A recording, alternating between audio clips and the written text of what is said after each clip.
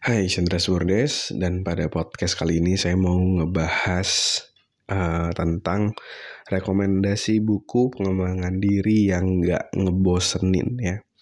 Ini pertanyaan yang masuk di waktu itu di grup webinar ya, grup webinar kami di uh, bulan Februari. Jadi dia nanya kayak gini, Kak, saya mau nambah hobi baru dengan baca buku. Tolong rekomendasi buku pengembangan diri, Kak, yang bahasanya tidak tidak membosankan, lalu mudah dipahami untuk pemula. Adakah? Oke, kita akan bahas ya pada episode kali ini rekomendasi buku pengembangan diri versi saya. Dan ngomong-ngomong soal webinar, kita nanti akan ada webinar lagi ya di bulan Maret. Tepatnya di tanggal 23 Maret ini ya, itu kita akan ngebahas tentang productivity ya, gimana biar kita bisa tetap terus produktif. Nanti untuk gimana cara daftarnya, dengerin terus podcast pengembangan diri. Nanti di episode selanjutnya kita akan share gimana cara mendaftarannya, dan kamu juga bisa follow Instagram kami di @selfdevpodcast biar gak ketinggalan informasi kalau ada webinar. Oke, mari kita bahas tentang rekomendasi buku pengembangan diri yang tidak membosankan. Oke, jadi sebelum saya masuk ke bukunya apa, saya mungkin mau share dulu gimana cara belajar atau cara baca buku yang tidak membosankan. Jadi ketika kita baca buku, prinsip yang harus kita miliki itu adalah just in time ya, bukan just in case. Jadi maksudnya adalah ketika kita belajar sesuatu, itu adalah sesuatu yang kita butuhkan saat itu ya, di waktu saat itu kita emang perlu saat itu.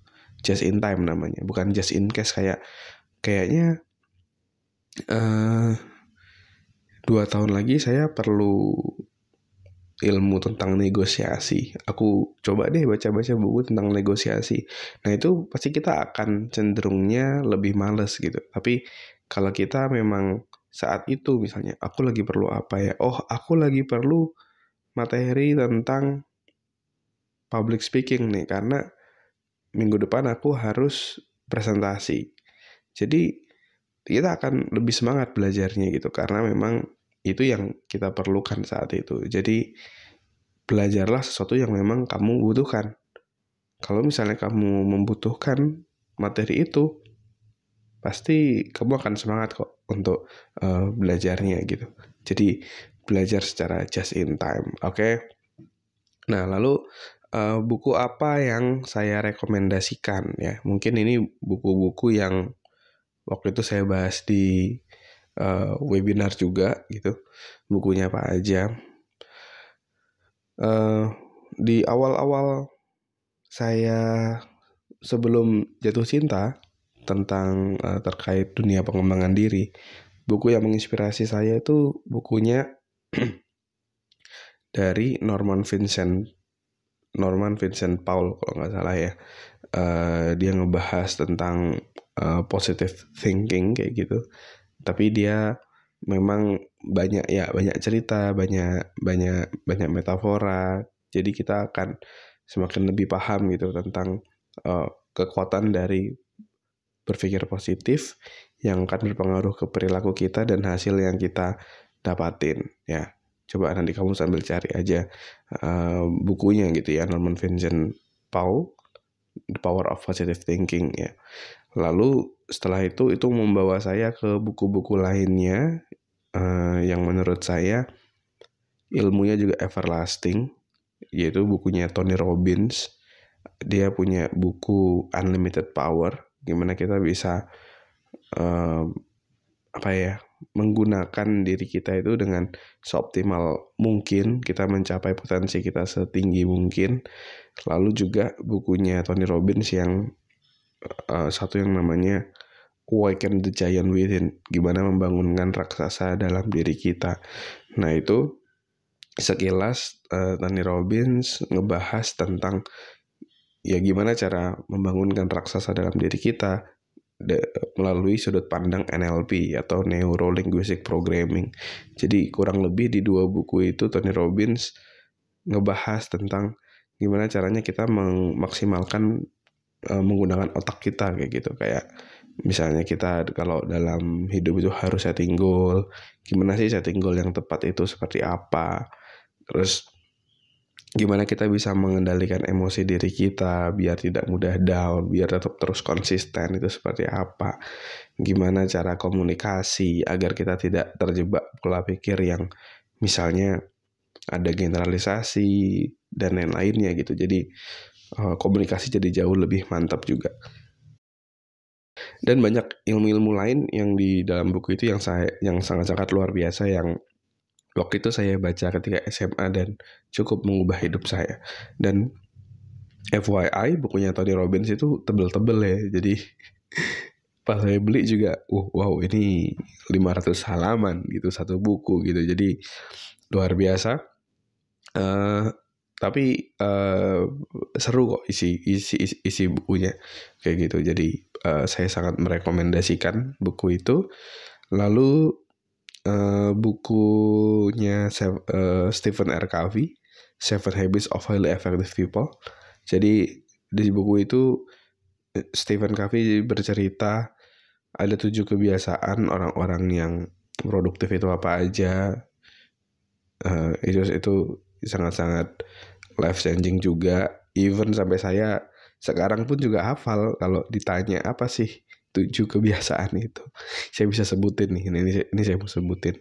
Yang pertama adalah kita harus proaktif. Yang kedua harus mulai dari akhir atau punya tujuan hidup gitu ya. Yang ketiga kita harus mengutamakan hal yang utama atau kita harus bisa time management dengan baik, bisa memprioritaskan hal yang paling penting. Terus yang keempat kita mulai masuk bagaimana kita bersosialisasi dengan orang lain. Yang keempat kita berpikir win-win, gimana biar orang lain win, kita win. Yang kelima itu gimana caranya kita bisa memahami orang sebelum dipahami. Jadi kita membahas tentang empati salah satunya. Terus yang keenam gimana kita bisa bersinergi sama orang lain. Jadi 1 tambah 1 seringkali bukan 2, bisa jadi 3, 4, 10, 100 kayak gitu dengan sinergi. Dan yang ketujuh adalah asah kapak kita, gimana kita bisa tetap terus bertumbuh.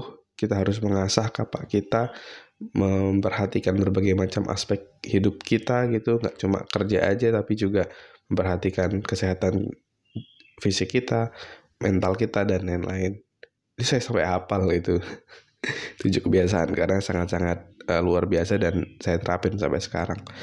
Dan itu juga salah satu episode podcast yang saya bahas paling pertama itu saya nge-review 7 habit di buku itu. Coba kamu dengerin episode pertama saya sampai episode ke-7. Itu saya ngebahas itu gitu. Ya, kamu cek aja pokoknya episode pertama saya kalau kamu mau dengerin. Terus bukunya David J. Schwartz kalau nggak salah, Berpikir Besar dan Berjiwa Besar, itu juga sangat powerful buat saya. Bagaimana kita bisa ya tadi ya, berpikir besar, punya goal yang besar, gimana bisa mencapai berbagai tujuan kita. It's a good book. Kamu perlu baca itu juga. Itu beberapa rekomendasi buku yang saya rekomendasikan buat kamu cari. Kalau di Indonesia saya merekomendasikan bukunya Alexandro Ruby ya, tentang You Do You. Gimana kita bisa mengenal diri kita dan bisa mencapai tujuan kita gitu. Dan melewati berbagai macam quarter life crisis. Terus juga ada bukunya teman saya juga, Senja Rindiani dari podcast Senja Bersuara, tentang life reset ya. Kita bisa mereset kehidupan kita jadi jauh lebih baik kayak gitu. Gimana step by stepnya dan bagaimana mengatasi berbagai macam ya kegalauan-kegalauan kita. Itu buku yang saya rekomendasikan juga. Kamu bisa cari di Gramedia ataupun di toko online ya. Dan make sure kamu beli yang asli, oke? Dan kamu juga bisa dapetin e-book saya ya.